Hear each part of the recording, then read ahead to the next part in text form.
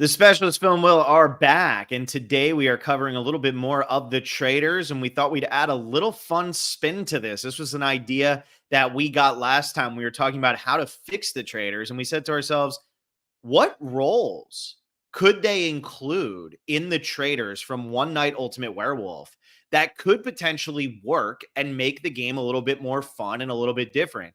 For anybody who's not familiar with One Night Ultimate Werewolf, it is essentially the Traitors, just a shortened version where the werewolves are the traitors and the villagers and other people on the villagers team, which we'll get into those roles, are trying to find the werewolves. So in faithful. This, the faithfuls versus the traitors. That's all it is. But is there a way to make it where the faithful aren't just plain old villagers and actually can have some say in what's going on or gain some knowledge or have some influence? So this should be pretty fun. I mean, Will, we used to play this game a lot. All the time. Yeah, this is a great version. I think, honestly, maybe there is some value here for another show that isn't the Traitors. The Traitors is so successful. I think the biggest difference that we should highlight for those that do not know the game is that there's a reason why the game is called One Night Ultimate Werewolf. They actually have a different game called Ultimate Werewolf where it is played over rounds. And we do have werewolves just like Traitors that we go from round to round and they stay consistent. One Night is like you play it, you get your rolls, and then it's over after one round.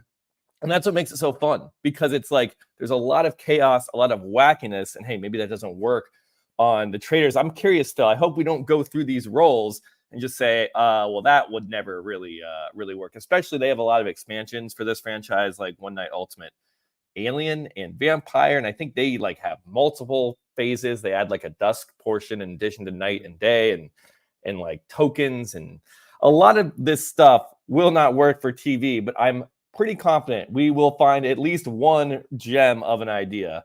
But I just want to get that out there. That is the main difference, that this game, One Night, and the One Night series is made for like a quick 10 minutes of fun, and then everything resets. Whereas the Traitors is, a 13 episode long TV show. Yeah, pretty much One Night Ultimate Werewolf is the miniature version of Mafia. I know people play Mafia a lot more often.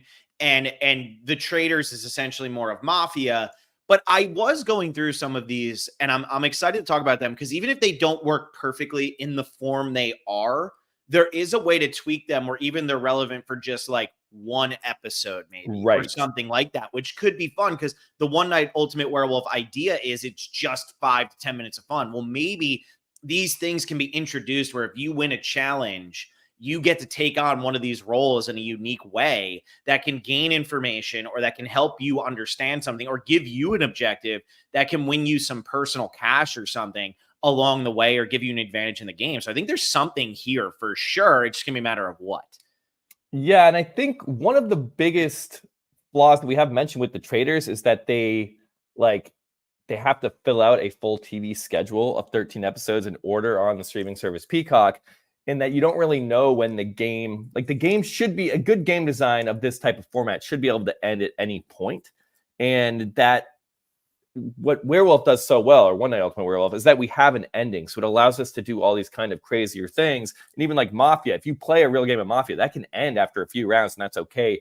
That's not okay with the Traitors. So maybe adding some of these roles, like you said, especially if they're more episodic, it allows us to feel like, oh, this is the episode with this unique twist or format break, and I don't know, could just make the overall flow of the season work a bit better.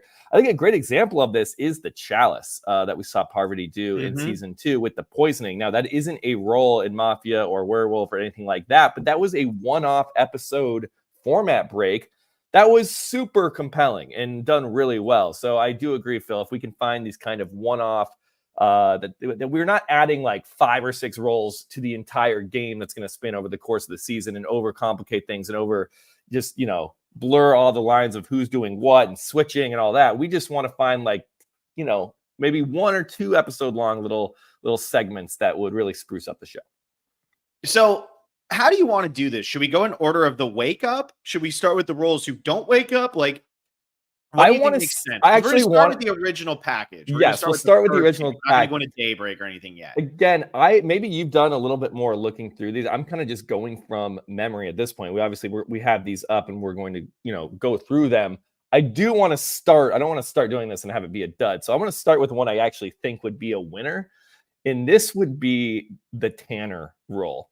Now, I don't know if you want to bring it up or read the official thing, Phil, but I've always thinking of this, like the Tanner role to me is just it's funny. It would be so entertaining. And let me describe it. So the Tanner only wins if he dies. So basically, the Tanner's goal in this Traitors format would be to get murdered, not to get banished, but the Tanner would have this goal of like, I need to get murdered. The story in this game is that the Tanner's life is so miserable he wants to die. And yeah, that's a little sad, dark. A little depressing, but I think we could fit that into the dark undertones of what the Traitor already provides. I think they would do a good job of hamming it up, and it wouldn't be too serious. And we don't want to delve too much into like talking about suicide and all that. But I think the show would find that right tone. And I especially think this role works with someone who's like, I can do the show, but I can only do it for I'm only available for the first 10 days of like the 20 to 25 day shoot schedule. Someone that would be good TV. They have a tough schedule, and it's like they're going to just play to get murdered. But I think what makes it work so well in the Traitors is that we have two ways of elimination, right? You can get murdered, but you can also get banished. And if you are too over the top, that like in a way that you're going to get the Traitors to murder you, if that's your goal, you might also be raising so many flags for the faithful that they end up banishing you and then you don't win. And then now we have to talk about what is the incentive here. I think this would just be a personal prize deal. I know we've talked a bunch when we've talked to the Traitors and the prize pool and the money, and we don't care about the money. And even on the Deal or No Deal Island, like personal offers feel a little bit weird. I think here it's okay because that's not our end goal. Our end goal of this isn't to get some person, some celebrity money. Our end goal is to provide a really entertaining episode of TV. And the way to do that is through the incentive of a personal offer. So it doesn't bother me there because that's just a mechanism to get this whole idea to work. So I'm starting with the Tanner. And Alan says this role would have been great for people who wanted to leave like Kate, which is true. And also, actually, we saw a version of the Tanner last season without the Traitors influencing or putting it into the game when they tried to trick them into picking Bergie or Peter. I forget exactly how it played out, but I think they try to pick Bergie to be murdered. And then Bergie comes in with his shield because he had the shield. So essentially he's playing it to try to be murdered. It works out. So it is something that works. Now, can the Traitors actually take this role and create something that is production based and works? And I think they can, because it worked so well. And that was a great episode of TV, probably the best episode of last season, or one of the couple best episodes. And I think that there's a way to do this. And you were saying like a personal incentive or something along those lines, or you just are gaining so much information where like the goal, Alan can say to you tonight, you want to be the person that the Traitors murder. And if you can convince them to murder you, not only do you get to stay in the game, but now what information can you gain from that fact? Like you don't actually get kicked out of the game. And that would be a tweak, obviously, of this role. But it's giving you the motivation of trying to be taken out. We see this with the Minion role as well, which we'll talk about later. But I feel like there is something that can be done with the Tanner for sure. That is a fun twist on it. Almost like when Tony was trying to get the fire tokens in Winners at War, where he's like trying to draw attention to himself, which is not something Tony was trying to do the whole season. I think the Tanner was a good place to start for sure. Yeah, and I do think there is a world, it's not prize money, that you win information if you're able to get murdered. It becomes a little bit more murky where it's like, okay, the Traitors are like, we just chose to murder Phil, and he's here at breakfast.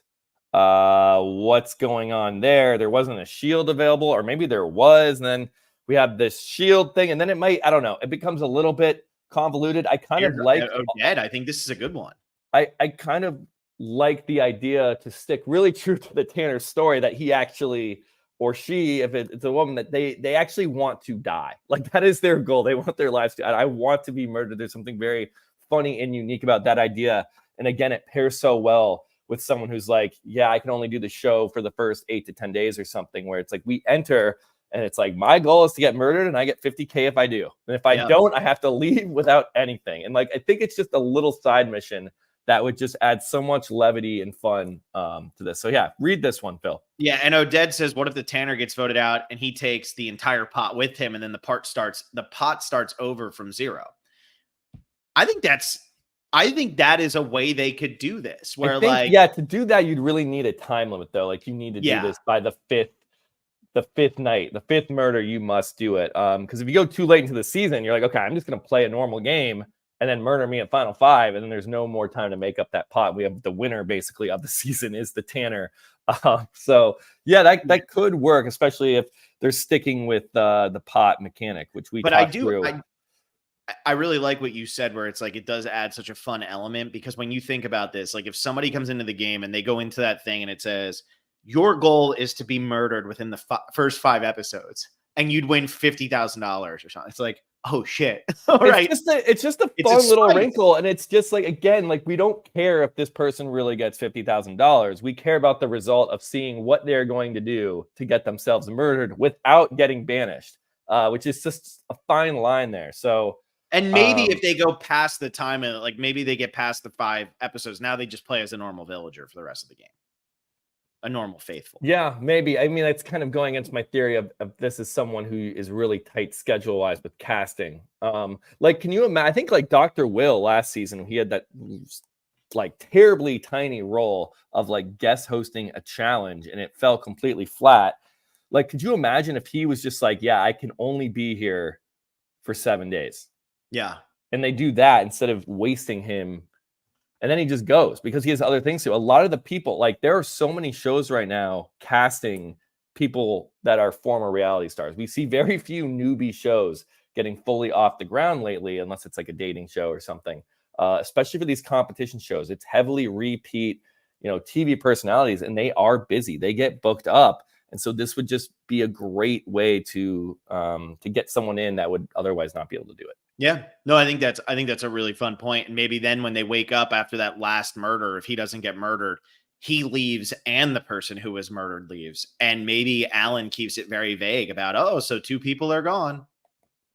That would be not explaining to them why 2 people are gone would be one of the least controversial. You know what? This person's gone. Or even if you reveal it, like, yeah, they had another show to go to, or like they could only be here this long. They actually tried to get murdered, but totally failed. And that could be actually a fun reveal, or you keep it mysterious. Either way. Where do you want to go next? I think the Tanner is just like one that we both agree there's ways to work that in. There are definitely ways to work that one in. The one I want to do next is actually the only other role that doesn't wake up in the game aside from the villager and the Tanner, and that is the hunter. And I feel like the hunter, this would be one that would be tweaked. And this is what I was talking about earlier. Like, this isn't one where the rules would be exactly the same, but here's how it goes. In the voting, the hunter, if voted out, kills whoever they are voting for. So maybe you could keep it this way. And it could be like they do the banishment round table. And when everybody votes, let's say Will was the hunter and he votes for me and I'm a traitor, I go home because Will also got the most amount of votes. So you're able to take 2 people out at the same time. But I think another thing that could make this fun is if like the hunter has some ability where there is one person whose vote counts more or something along those lines. And maybe this is like during a murdering ceremony or something like that, or murdering ceremony, whatever you want to call it, where the traitors don't actually go up and murder. And instead a hunter gets to wake up in the middle of the night and hunt one person that they want to eliminate from the game. And this would be a role that would be gifted to somebody one time for winning a challenge or for gaining something rather than just getting a shield. They would get this role as the hunter, where they could either, if they get the most votes at the banishment ceremony, whoever they vote for also goes home, or they get to go and do the traitor ceremony instead of the traitors, and they pick the person who goes home that week. Yeah, I think this one would just require some pretty specific balancing in that, like, I don't know, if winning one challenge, you just get to eliminate somebody and there's nothing they can do to really, defend themselves. And I know, hey, that's the name of the game anyway. Like, traitors are out there and they just pick someone to murder and that's it. And like, if you didn't win a shield and challenge, you're screwed. I get that's already kind of part of the game. But this would be like someone could murder. I mean, you could eliminate a traitor in kind of an unfair way with this, or a faithful where it's like, I just think it's Phil, or I just don't, you know what, Phil's not in my alliance, so I want to challenge, and now Phil's gone. I don't know if that's the most like rewarding. And not saying we can't make this work. I think the most interesting part about this, and this is sort of like the Tanner, is like if you can get the votes onto yourself, then you are able to be rewarded. And maybe you don't go home, just the person you voted for. Yeah, I think that would have to be it. And so it's similar to the Tanner, but the Tanner, remember, wants to be murdered outright during the night portion. And then the Hunter would be like, I want to be banished. And then they go and do circle of circle of truth. Is that what we call it here? I think it's just the round table, but yeah. No, it's when they stand up after the vote and they get revealed. Yeah. The round table and the circle of truth. Yeah. So then I guess at that point you have to, maybe you do the circle of truth, but they end it short and it's like, whoa, we actually don't know. We're not going to reveal. That person's still in the game, picks someone else to be banished, and they wake up and find out, something like that. Yeah. I think there's ways to manipulate it with the Hunter. And I think it could be a fun addition to the game because like maybe that's giving too much power to one player and maybe it doesn't work with like the murdering in the middle of the night instead of the traitors. But I do think like if you earn a Hunter role, it's almost like getting an immunity idol, right? You earn the Hunter role, you get banished, and we don't see anybody with any protection at the banishments. The protections only extend to the traitors portion, the murdering portion of the game. So if the Hunter gets banished, they're safe and their vote is the only one that counts. That kind of works like a hidden immunity idol. And maybe it only is good for one episode so that like the Hunter really can only utilize this once. And maybe that makes it fall flat too often. So they wouldn't take it. Or maybe there's a way to make it, this is useful for 2 or 3 episodes or something like that. Like, I don't know, but this could impact the banishment ceremony, which could be good for the game. Because right now there's no way to save yourself at the banishment ceremony, because the more you talk, the bigger the hole you dig. Yeah, I think you'd probably have to do it in a one-off thing. The good part about it, though, is you're probably not married to it in the edit and post-production if it does fall flat. Yeah. Meaning that if Phil, you win the challenge, and then you're like, okay, all I got to do is make sure I get the votes tonight, then I can send anyone else I want home. Like, this is great. I think it's really fun. We have a clear objective. It's difficult to do. What are you going to do to achieve this objective? Great. You try to get votes. Everyone's like, oh, no, we're already all decided it's Will. Like, this is like the most obvious thing. We finally can get him. Like, it's like Dan last season where it's like, finally, Dan, everyone has been sniffing you out. And like, finally, it's just kind of his time. And like, Phil, you don't get any votes. And it's like, man, well, it didn't really play out, even though it's a good idea. Well, then the story of that episode, you just never include it ever existed. It's like Omer getting that extra vote or whatever he got, or the idol nullifier or whatever in season 42, where like they just never told us. And then Omer revealed it in Exit Press because it never. Yeah, no, and I think it happens in Survivor probably more than you think. I mean, there's some full-on challenges that go unaired, and that's not unique to Survivor either. If there's things that don't play out, again, as long as the story is not married to whatever we're adding in, some of these will be easier to kind of just toss to the side and not air them. Others will probably be like, okay, we're doing this thing no matter what. With the chalice thing with Parv, I believe like that was just a bonus murder, right? It wasn't like in replacement of. No, I think it was the murder. I don't think there was a murder that night. Oh, there wasn't another one. So I wonder, it's like if Parv wasn't able to do it, do they go up to the turret and make a decision to murder, or like they just don't get to murder anybody that night, which is fine. I think there's still some suspense there. There's some. She doesn't need to be successful for it to be interesting, but just in the event that it fell completely flat, they could be like, all right, let's just go back and do a normal. Yeah. And then we have this comment here from Alan that says maybe they could hide the Hunter role in the house and it can only be used for a limited time after they find it. So maybe it is something where like, when she pulled out the book and there's the chalice, like maybe there is something where you win a challenge and then there's a clue to some advantage in the game and the Hunter is the advantage. Because that could actually save somebody. So I don't know. Do you think, I just don't know if it works over multiple episodes, because then whoever finds it's then basically unbanishable for however long it lasts. They can still be murdered, of course, but there's something about the urgency of like, you need to do it for this banishment ceremony. Just how Parv, you need to poison somebody by midnight or whatever it was on the card. And hey, we don't know the timing. she probably had plenty of time to do it. But it does create some suspense for the audience that like, okay, Phil, you have earned all like this huge, powerful thing to just send home whoever you want. But you have to get this done. It's almost like the Cody Beads situation from season 43, where it's like he found the beware advantage right before tribal. And it's like you need to get beads from every one of your tribe mates' bags.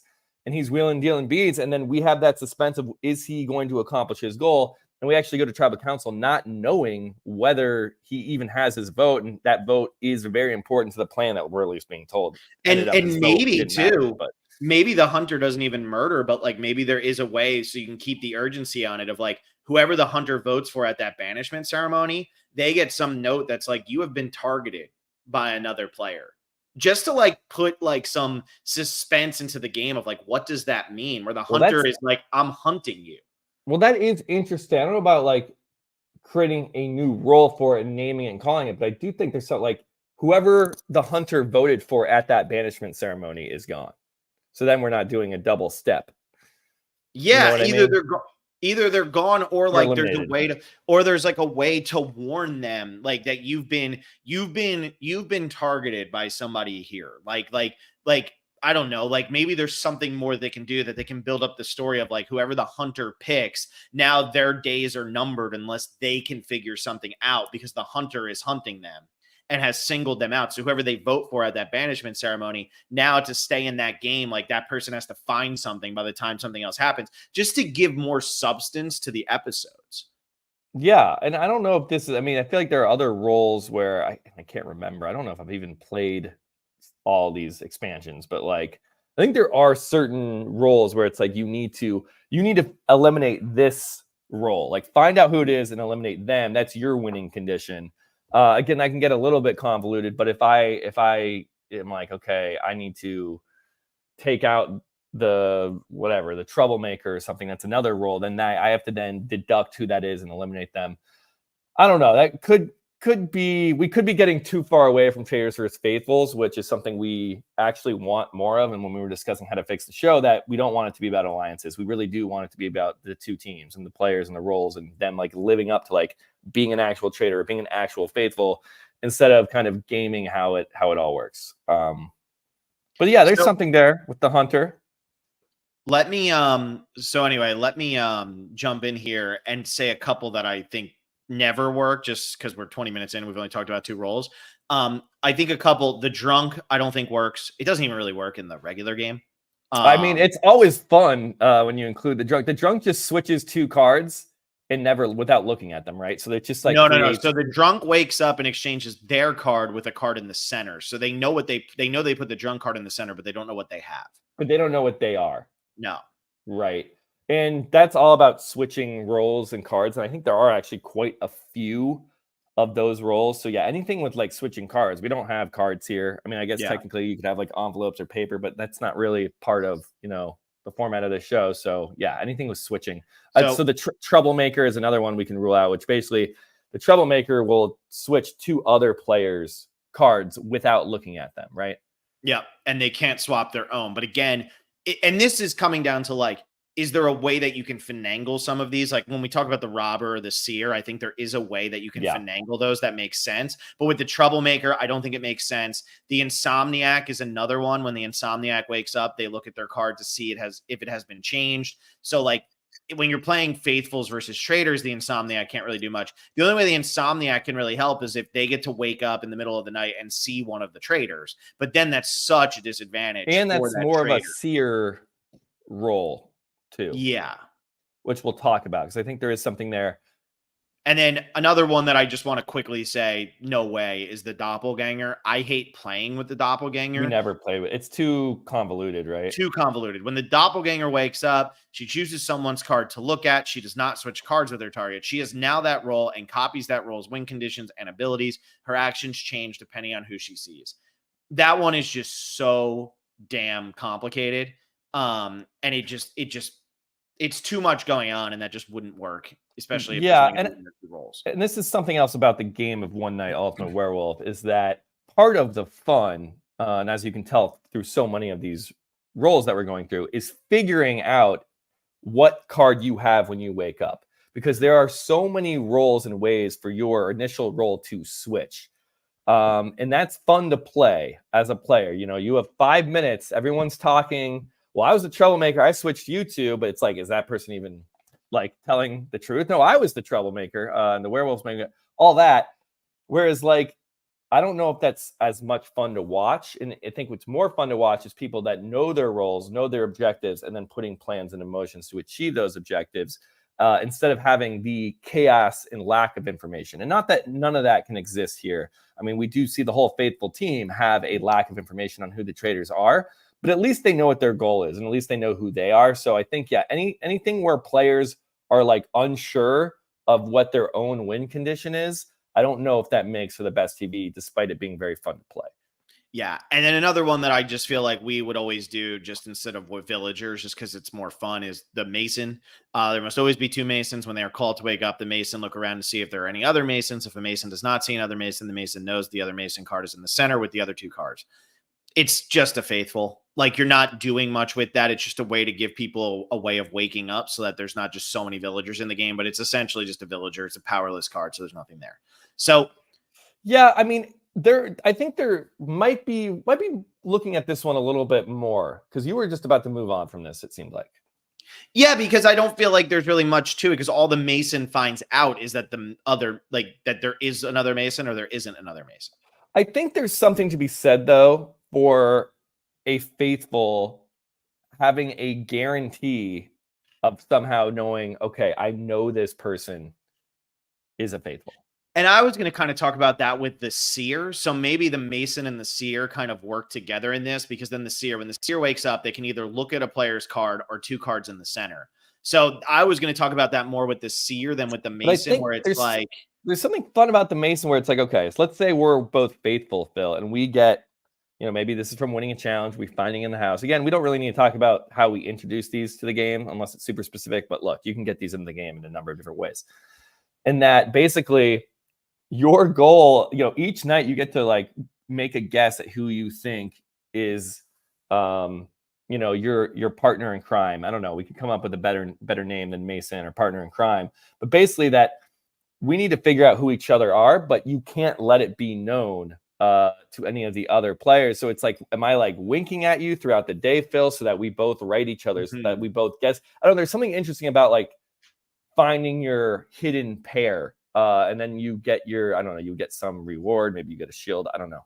And then Oded says Mason is actually good for the traitors, as you have one other confirmed faithful. And then it says, plus you can do it as a condition that if one goes, the other also goes. So maybe there is more to the Mason then. Yeah. Like, oh yeah, you become, again, not the best name, but partner in crime. And that if either of you are banished or murdered, you both go, but you do have now like 2 votes to work with. You know, you're both faithful. You both know you're both on the right side. And maybe that's just it. You don't even need to find your pair. It's just that you guys are going to play as one, and you basically just have an extra vote when you're working with 2 people. And it'd be funny too. And again, I'm okay with this if it makes good TV. You pick 2 people that don't get along. You know, you pick Kate, and I forget who's been one of Kate's enemies. I feel like she's had quite a few. So you just pick Kate and then randomize the other person that actually keeps it fair, maybe. Yeah, Kate and Peter. And you get these 2 people like, all right, we're both faithful. We need to work together because we have these 2 votes. But if either of us go home, and maybe that goes up into a certain point where it's like, you know, you have to survive 3 banishment ceremonies or 3 nights, whether that's murder or banishment. And then once that happens, you get some reward, and then you're good to kind of play a solo game. But where it's like you have to kind of look out for the other person and make sure you're both safe. Yeah, so maybe there is something there with the Mason. And then with the seer, do you think there's ever anything there with the seer where the seer gets confirmation of one thing? Or is that... Because that's how I was thinking about this Mason. You pretty much just said it for the Mason, but that's what I was thinking for the seer. The seer is tricky because it works so well in a one-night scenario where it's like, okay, the best card in the game, in my opinion. This person knows who one of the werewolves are, essentially. Or they know everything, right? And then what's the rule on this? Can we read the full rules? So the seer looks at one other player's card but doesn't change anything, or they can look at 2 cards from the middle. But the nice thing with the seer is the seer sees something, they know what that person is, and then they happen before the robber. Is it before the robber or is it after? I think they go early because it's they such a go powerful before the card. robber, the troublemaker, all that. So then as cards start to get switched, the seer doesn't know who's getting switched be after them, but the seer knows confirmed at least who one person is unless they look at the two in the middle. So I was kind of viewing the seer as you were viewing the mason, which is you get one other person who's confirmed as a faithful, essentially. But maybe they are just too similar because the seer, there's not enough ways. And I feel like with these other roles, if you're going to introduce these other roles, you shouldn't make anybody be privy to those other roles. I feel like that's not fun. I feel like the seer shouldn't get to be like, oh, that person's a hunter.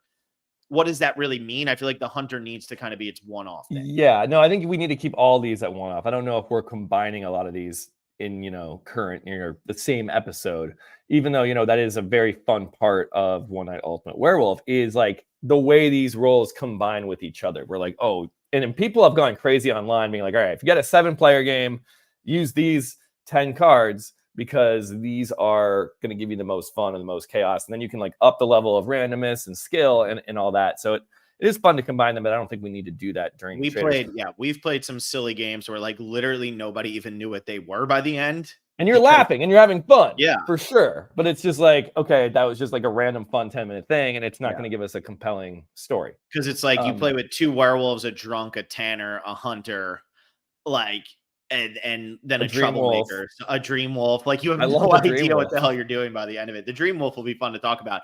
I want to bring up now, so we have 2 roles left. It's the minion and the robber. I want to talk about the one that actually made us think of doing this podcast, which is the minion. So the minion is a very good role. I feel like this would be perfect for the traitors. When the minion wakes up, all werewolves are told to put their thumb up so the minion can see who they are. Even if the minion is killed, as long as no werewolves die, the minion wins along with the werewolves. If there are no werewolves present, but a minion is, then the minion must ensure that anybody other than themselves die, basically assuming the role of a werewolf, as otherwise they would be no way for the village team to win. When it comes to the minion knows who the werewolves are, but the werewolves don't know who the minion is. And I feel like this could be really fun in the Traitors, where you have somebody who is working alongside the Traitors, trying to keep the Traitors as safe as possible, but the Traitors don't know that this person is working with them. And so this person wins if the Traitors win. And maybe there's a punishment for the Traitors if they accidentally murder the minion. But the minion is somebody who does have the information about this. I feel like this could be a really, really, really fun, good role to have in the show. Yeah, I think what makes it work well in the game is that the minion knows, but they still technically aren't a werewolf. And I think that's what you'd have to figure out. They're just on their team. So if they get killed, the werewolf and them win. Yes, it just has to be very clear that, look, they're not going to the turret. They're not helping make decisions. They're just like an extra kind of piece, and the minion's kind of helping them along. I don't know. I think my biggest concern with it is like, do we want to give the traitors more help? Like, do we? But the traitors don't know who's helping them, right? And then how does that work? How does that work? Like sharing prize money? Like they're just a third of the. Maybe the minion is somebody who gets included into the game, and this would be a season where you don't keep bringing more traitors in.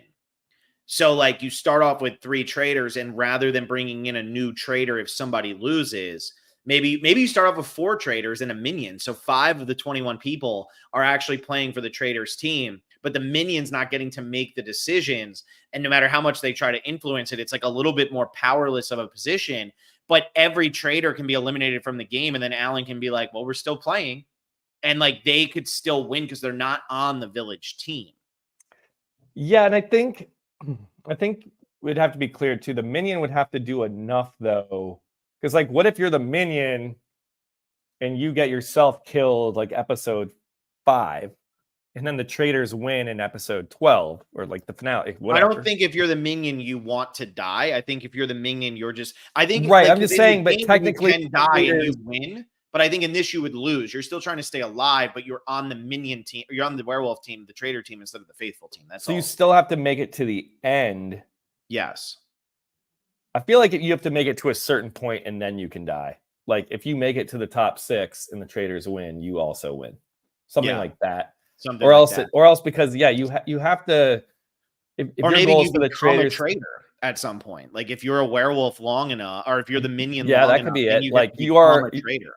You're a delayed traitor edition. Like basically you have to survive until episode 10, and at that point you will become a traitor. And in that meantime, they know who the traitors are and have to make sure. Yeah, but I wonder if you want to eliminate the traitors at that point, so there's fewer left when you become one. I mean, it'd be interesting. I think that this is definitely an interesting role, and this would have to be one as we're talking through it. Like this would be multiple episodes. This, I think, would be a permanent role for the season. Which is fine. Yeah. I think that would probably be the only one that would be a permanent role for the season. Maybe that and the Tanner. Yeah.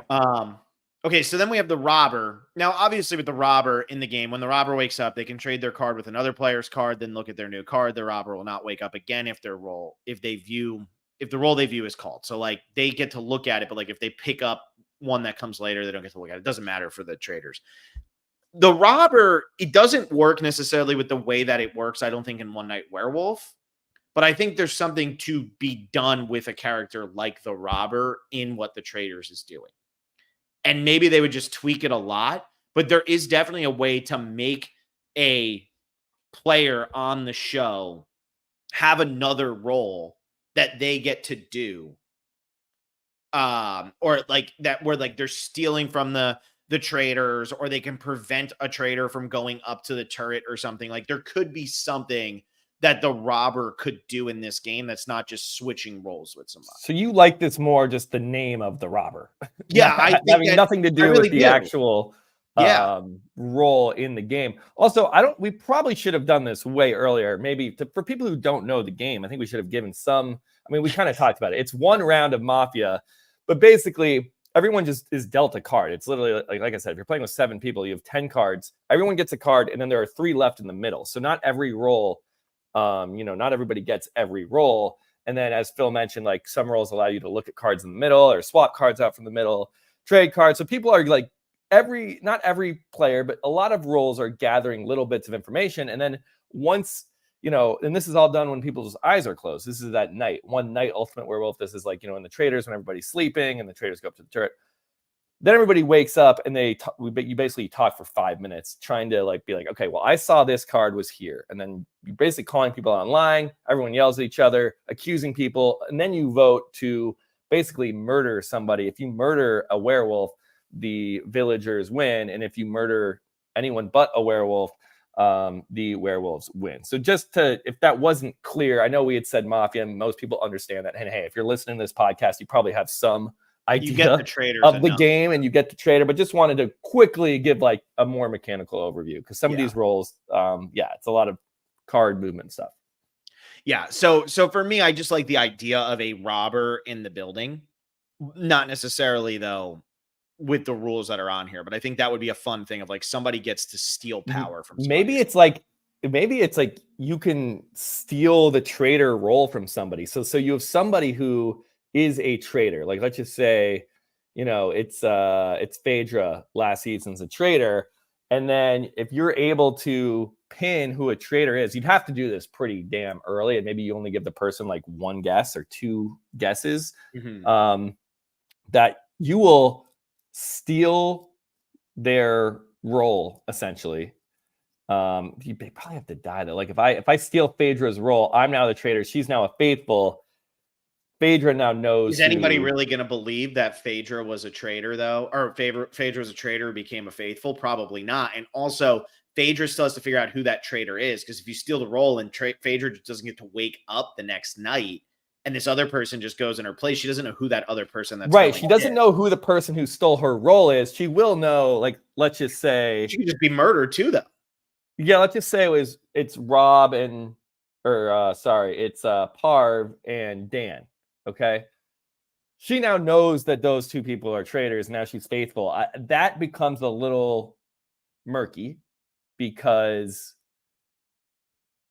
it's like, yeah, you're not really supposed to know. And Mhm. then it's like you can't tell people, but she can. I mean, if she's not putting out names, then she's going to get accused. So I don't know if that works. Maybe, yeah, maybe it's just like if you have one guess, you get this advantage. If you have to be sure, you get one attempt to make a guess at who you think a traitor is. If you are right, that traitor's dead and you take their spot.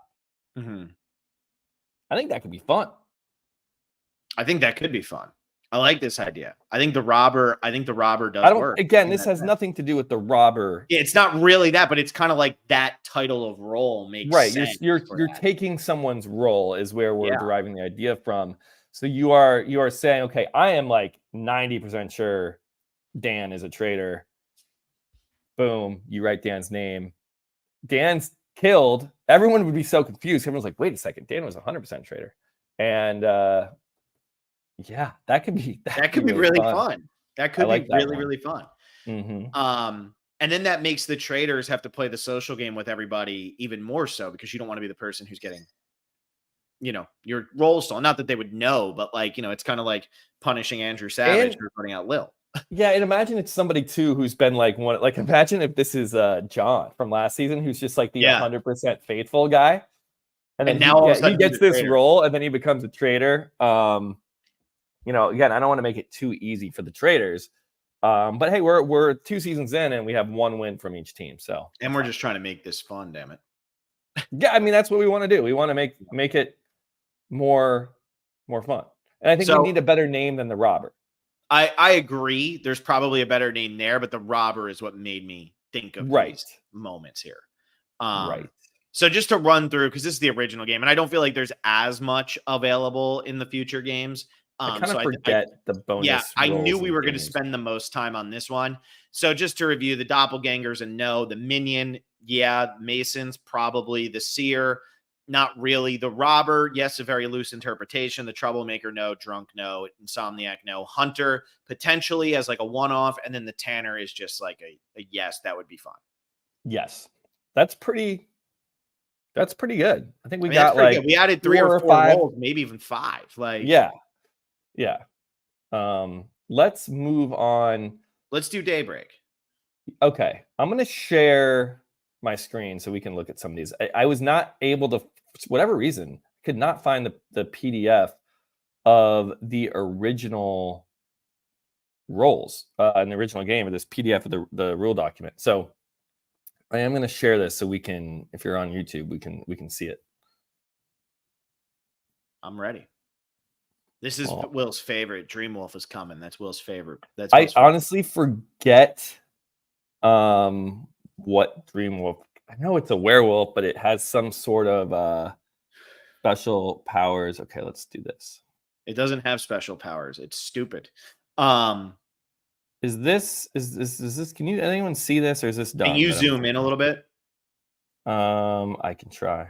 Yeah, if you can zoom in past that 100%, I think that would be good. Yeah, that's much better. So now if you want to just make, that's much better. You can see the Sentinel, Alpha Wolf, Mystic Wolf, all of that. So yeah, we can look at these guys. We can see the artwork too. We have the Sentinel, Alpha Wolf, Mystic Wolf, Apprentice Seer, Paranormal Investigator, Witch, Village Idiot. Forgot about the Village Idiot. Revealer, Curator, Dream Wolf, Bodyguard. And we need to start with the Dream Wolf because I think we love playing with we love playing with the Dream Wolf. And I think the Dream Wolf is a fun one. And they even say on here, the Dream Wolf might be one of the hardest roles to play. The Dream Wolf, instead of waking up with the other werewolves, he just sticks out his thumb. So all of the other werewolves know who the Dream Wolf is, but the Dream Wolf does not know who the other werewolves are.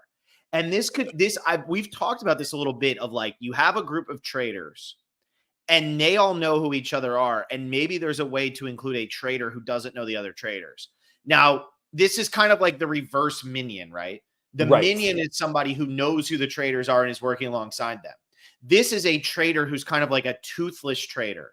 Doesn't get to go up in the turret, doesn't get to eliminate, murder, whatever, but is still working alongside the traitors. So they're trying to figure out who the traitors are in a totally different way than anybody else. And I don't think Alan could announce this role ahead of time because then that would really drastically impact the way everybody played the game. Mm-hmm. But if let's say you get hit with this, you're the Dream Wolf, you're the fake traitor, and you go up to somebody and you say, I am a traitor. I'm trying to figure, like, you finally figure out who a traitor is, and you're like, I'm a traitor. I'm trying to defend you. They're going to think it's such an outlandish claim that, like, they almost can't not believe it. Well, I think the traders would need to know, and I think the way you do this is like episode 1, Alan taps 3 people, one of them gets a special type of note or something, and then 2 people go, and then Alan tells them there actually is a third traitor. They're not able to be here. They're not going to make it at night. They're dreaming. They're sleeping. So, yeah, the traders know, but everybody else in the house. Yeah, the traders need to know, and they're like, okay, well, one of these people is on our team. It's interesting. I don't know if it's as good as the Minion. I think the Minion, what we talked about, where you're on the traders team, but you're not. The traders don't know about you, and you can still be killed, and you're not officially a traitor until you hit some like benchmark episode or night. I think that is a little bit more like tangible and clear. This one, it's like, what's the goal necessarily? I guess it's just you're a normal traitor, but it's like, what is your day-to-day objective? Just to like figure out who the traders are, and then once you feel confident, are you allowed to go up and say, hey, I am the Dream Wolf? I think so. I think that's the point, right? Like, it gives, like, imagine watching the episode, right? You're watching the episode and using last season example, you have Peter being like, I think Dan's a traitor and I'm also a traitor. And like, at what point are you confident enough to walk up to that person? That's a fun storyline to watch as an audience, because then when that moment happens, you're like, he really has no way of proving it to them. But they, maybe that leads to conversation in the turret where it's like, hey, Parv, did you know Peter came up to me earlier and said he's also a traitor? Do you believe him?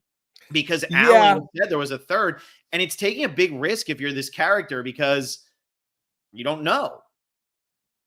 Yeah, I think at that point, like, look, if there are 2 traitors and Alan says, hey, you have a third traitor on your team, but it's a sleepy wolf who's dreaming.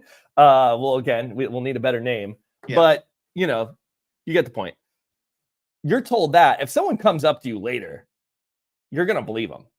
And I think that's okay. Because then it's like you go through the first, maybe it's just a short little arc, like the first 4 or 5 episodes of the season. A big part of the storyline is the 2 traitors trying to figure out who their third traitor is.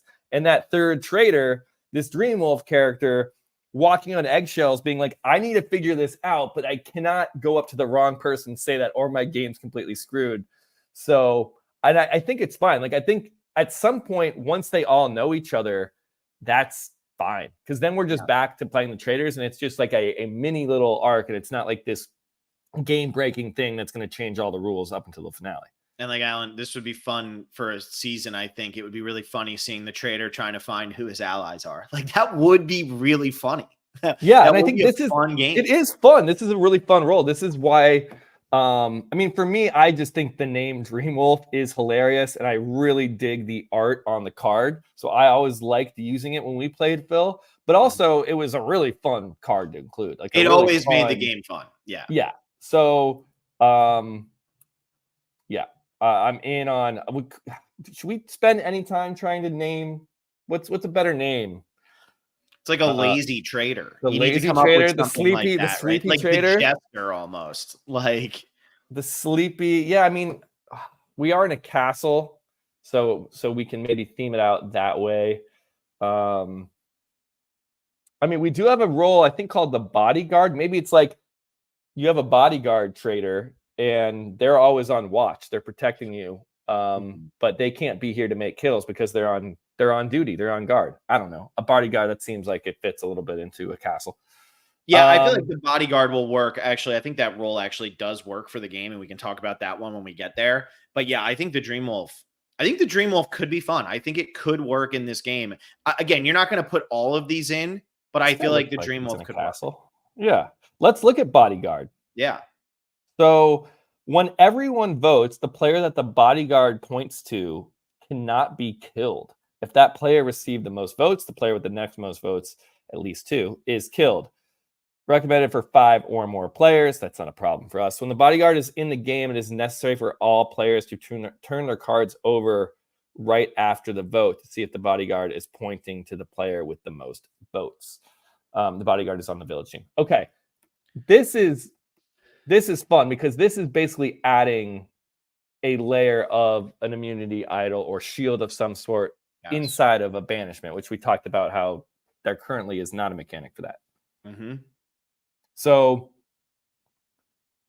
I mean, I kind of just like it as is. It's just a point. Whoever the bodyguard points to is awarding a shield. And so it is like an idol in that if I'm the bodyguard, this one-off role again, this would be a one-off thing. This couldn't be like a permanent mainstay of the season. Is that I need to guess where the majority of the votes are going and act accordingly if I don't want that person to go home. Maybe this is not really a role, but we treat it more like I don't know, we call it a sword. We have a shield and now this is a sword. And if I have the sword, whoever I vote for sends that person is now. But I agree with you on that. Doesn't really make sense. But I also think a bodyguard makes sense here because if you think about this role, right? Imagine they all sit at the table. The bodyguard is somebody. Nobody knows who the bodyguard is. Last season, this actually would have worked quite well because a lot of people were very confident, okay, it's going to be Dan or whatever. And then it ends up being that it's Rachel gets the most votes and Rachel's not a traitor. So the bodyguard can vote for Rachel with everybody else. Rachel gets the most votes. Rachel would go home and then Alan says, Rachel, you have received the most votes.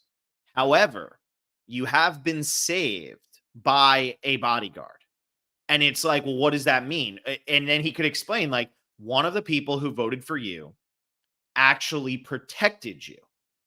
And now the next most votes goes home. All of a sudden, it's like, wow, Dan was a traitor. And now everybody says, wow, the bodyguard just kind of made that happen. Can we figure out what happens there? And then the traitors need to figure out who the bodyguard is. It's almost like, and this is a role in Mafia, is like the angel who gets to save somebody. And I don't know if we would call it that way. I think bodyguard works. But yeah, I mean, is it too powerful of a role where it's like, okay, especially with votes like banishment ceremonies at the traitors? Maybe it only works once. Yeah, that's why I think it almost works better as like an item or artifact, like an advantage that you play instead of this role that you keep its powers throughout a season. But it could be interesting because then the traitors are like, we need to find out who this bodyguard is because they keep saving people. I think what we've seen with the traitors is about to get to this point is that the votes I feel like are often pretty predictable. Yeah, and I think that's where like a bodyguard could make that a little bit more fun. But I'm saying that's a negative part for this role because I think what would work well for it is the uncertainty of who's going to get the most votes and you having to guess correctly, basically playing a hidden immunity idol, and that's where the strategy and the good gameplay and decision making comes in. Whereas if we know everyone's voting a certain way, then it's like this role becomes way too overpowered because every banishment ceremony, this bodyguard is just going to throw their. Well, that's why I think you can only do it once. You can only do it one time. Like you're the bodyguard. The bodyguard can only use his bodyguard talent one time. Yeah. So again, that's not a role. Being a normal villager. Yeah, I don't think this is a role. I think we have to call it. They gave you. You get this and you have it until you use it. But once you use it, it's gone. So, but it's not like you only get it one time. You can have it for multiple votes and use it at the most strategic point. Right. I'm just trying to think of. And then Alan says, do you think that the faithful could vote for someone to be appointed as the bodyguard? So you could literally have Alan come out and say, everybody's going to vote in private for a bodyguard. And whoever gets the most votes will be the bodyguard. It has to be the most votes of somebody who's not a traitor. And that person's a bodyguard. So when that person makes the vote, they aren't confirmed that they know who it is, but they all know that the bodyguard role is a role. That could be interesting. And then what if a traitor is nominated as bodyguard? Well, I think they would probably go to the second in command, but I mean, you could have a traitor do it. I mean, that is true. You could have a traitor be a traitor and a bodyguard, and they protect one of their own. Yeah, I think the more I think again, it's a one-off advantage and not a role. Like you get this item. Yeah, and it's like if I just think it should be good for more than one time. I think it should have like more to it. Well, I think you are only able to use it once, but you can have it in your possession. Yeah, it's like an immunity item. You can have it as long as you want, but A couple I've been looking through a little bit here. The witch when they wake up may look at a center card. If they do, they must switch that card with someone's card, including their own. I don't really like that. I mean, where are we here? The witch. Yeah, the witch. That's a card switching one. So That doesn't really any work. card switching, we don't really Yeah, need to know. that also goes with the Mystic Wolf. The Mystic Wolf, when told to wake up, may look at another player's card. So that's essentially a traitor knowing something. But in this game, the traitors all know who the traitors are and who the villagers are. So that doesn't really.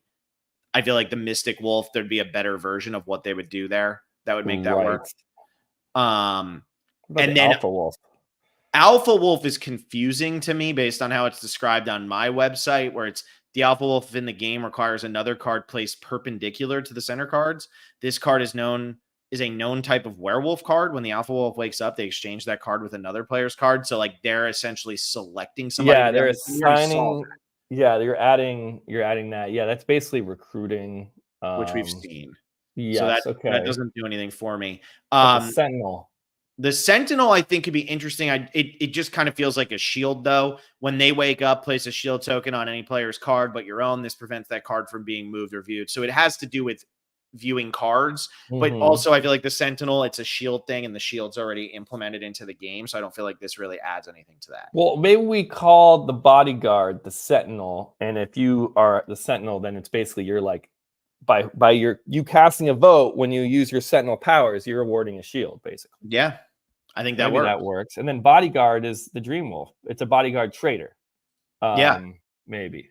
I don't know. Again, I'm not too worried about the names. It's more about the mechanics of these things. What about Apprentice Seer? I doubt this will be good. Yeah, the Apprentice Seer, when they wake up, may look at one card in the center. So they're not even getting to look at anybody else's card. So it's the Seer, but worse. Right. It doesn't and do we anything don't have for this cards game. in the center here. So. Yeah, it doesn't do anything for this game. Paranormal Investigator is another one that's cards. When they wake up, they can look at two cards. If any of those cards is not a village role, they must stop looking and become that role. So they would essentially become a werewolf or some sort of villain. But they do not wake up when that role is called. So if they get a werewolf card, they don't know who the other werewolves are.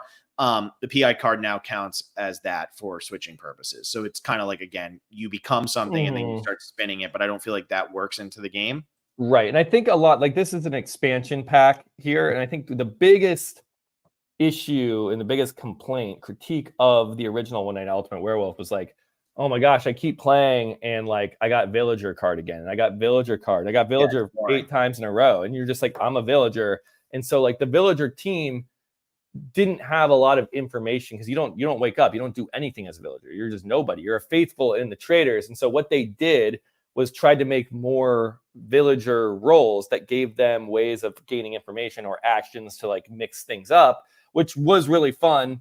But it's not like we need everybody in the Traitors to have some particular role. So. And okay, I just want to do the Village Idiot real quick because I remember we played one game, I think, with the Dream Wolf, the werewolves, and then Village Idiot and the drunk and like we took all the shit cards. The Village Idiot, when they wake up, moves everyone card except their own and any card with a shield token to the left or to the right. So literally the Village Idiot just makes it so nobody knows who they are. Yes. No one knows anything. But you also have then people working at some point later. So it's like you can do Village Idiot. And the Village Idiot does know that they rotated all the cards. And so that sometimes the Village Idiot will come out and say that, especially if it's been revealed that like there's a robber or troublemaker or like other things have happened where they feel comfortable that they're on the villager team and they'll let everybody know. And then you're kind of like piecing it all together. Again, fun for the game, not something we need to kind of like piece out on the show. And then the Revealer, I don't feel like this works either. The Revealer, when they wake up, chooses one player card to flip over face up. And if it's not a village card, then they turn it back face down. So if it is a village card, at least we all get to see who somebody is and what their role is. I don't think that works. Terrible. But I think as they're introducing roles, there's not going to be that many roles. So the Revealer doesn't really. Yeah, no, again, and I'm just trying to think of it more as like one person's like guaranteed faithful. You or me making that music noise? I don't hear any music noise. Oh, so that was me then. Okay, that makes sense. It's a little bit like we talked about with the Masons. It's like, is it if someone can be like get there? It's almost you're getting your name cleared. Like you're like you are not even in contention for being a traitor. Like you are being 100% guaranteed a faithful. Now, at that point, the traders probably just murder you. That's just like public information because no one will then, you're not able to throw any suspicion onto that player. But yeah, I'm trying to think. Do we have any other reels? And then the last one is, the last one from this package is the curator, which is way too complicated. When they wake up, they place an artifact token on any player's card that doesn't have one, including their own. And then it gets into like what it essentially turns people into something else. Yeah. That's way too we have artifact tokens. Yeah, I don't think we ever played. I don't think we ever played with the curator. Because we didn't want all these little tokens. We just wanted the rolls. And look, they include some of these combo scenarios in here. Total chaos. Is it this one? Doppelganger, Alpha Wolf, Werewolf, Robber, Witch, Troublemaker, Village Idiot. We probably played that once. And then we might have taken out the Doppelganger because we hate the Doppelganger and we probably put the drunk in. Yeah. Okay, now we have our order. Yeah, I think there's enough. We've had a pretty good discussion and found enough. I wonder if there's any in Alien or Zombies, but I've never played those games. Well, let's look at bonus rolls real quick. And bonus rolls. That's right. They had an extra bonus rolls really fast. Pack. Alien and Vampire, we could do a whole nother podcast on that if we ever thought. But again, I feel like it's pretty similar. So let's just look at these real quick. The Aura Seer. The Aura Seer wakes, and any player who has moved or viewed any cards or marks must stick out their thumb while keeping their eyes closed. So that's just, a card movement one. That doesn't really help anybody. The Prince, when players vote, any votes against the Prince do not count. If the Prince gets the most votes, the player with the second most votes and dies instead. That's essentially just getting an immunity idol. We've already talked about other ways that can be introduced, so I don't feel like it works here. Cursed, if a werewolf votes for the curse, they join the werewolf team. That could potentially be something a little interesting. I don't know. It's not really like they're recruiting purposefully, but if they vote for somebody and maybe there's a rule in there that like if somebody gets the second most votes and they get all of the werewolf votes or all of the traitor votes, they now become a traitor. I don't know. Yeah, I don't mind that one where it's like, we've seen the traitors recruit. Can we give faithful some ways that they can actually take an active role in becoming a traitor themselves, as opposed to just to like wait around for a recruitment?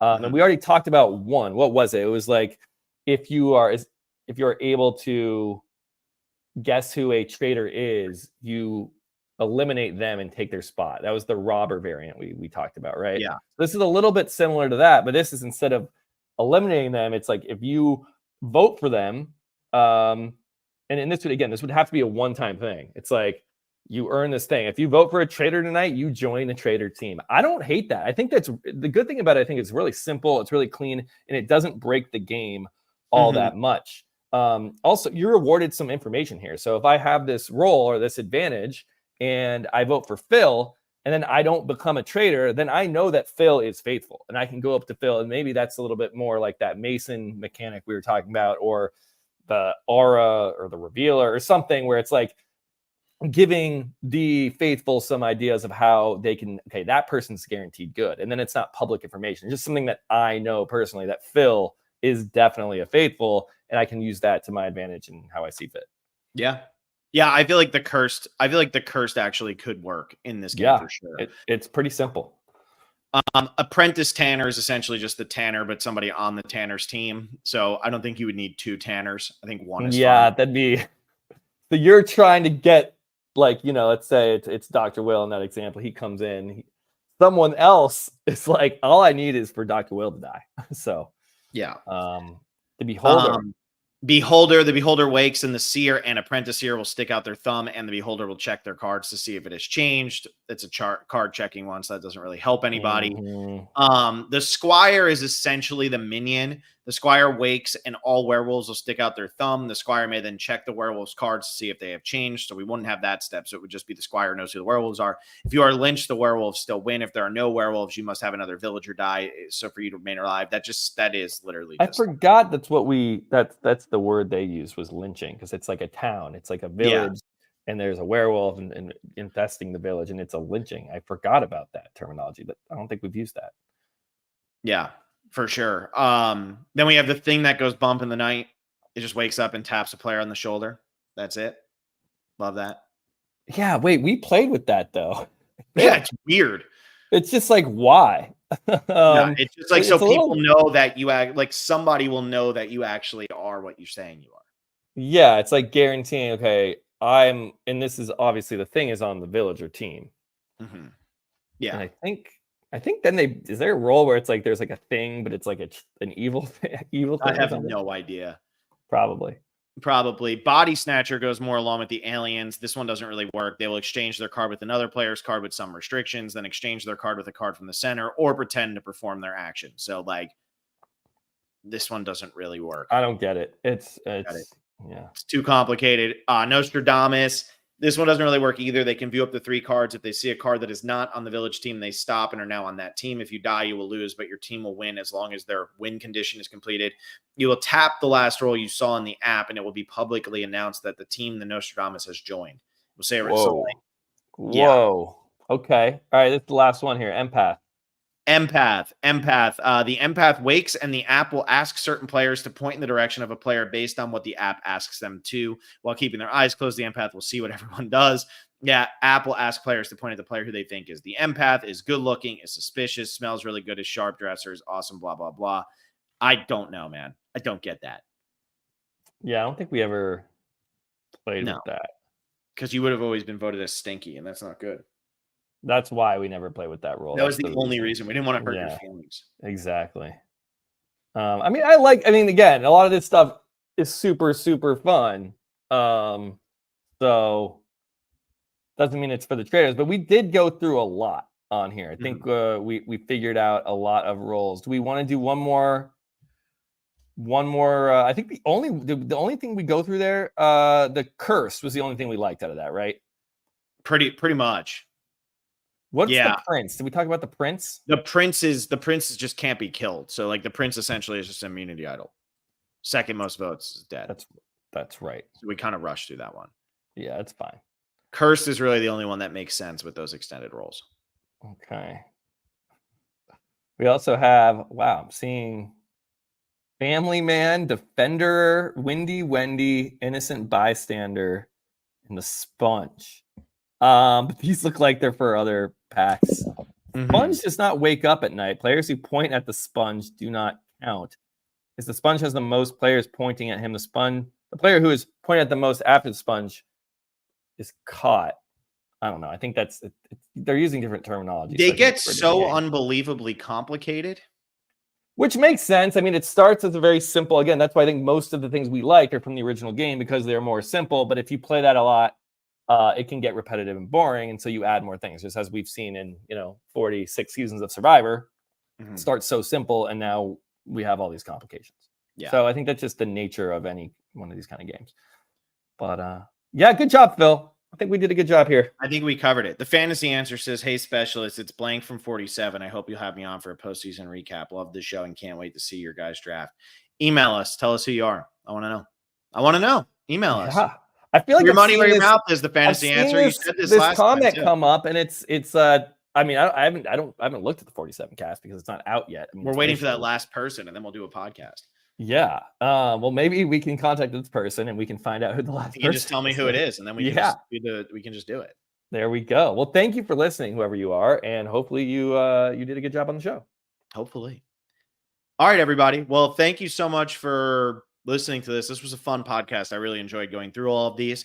That's what we got for this week. We got some other stuff coming up in the future. But we're waiting for some things to fall into line. We're going to do a Peridium podcast again. We'll have him on again in the future. If you haven't checked out our James podcast for his perfect season 50, comes up with an idea of 2 games going against each other. That was a really fun discussion. A lot of Patreon content going over there. I've started 2017 version of Australian Survivor. I finished 2016 version. So my first episode about 2017 will be coming out Friday. So there's definitely some time for that. And I'm excited for all of you to listen to this. Let us know your thoughts. And maybe somebody from the Traitors will somehow listen to this and say, maybe we should add some roles because that would be fun. But that's it. That's what we got for now. Thank you for listening. Like the video, subscribe to the channel, and we'll see you next time. See ya.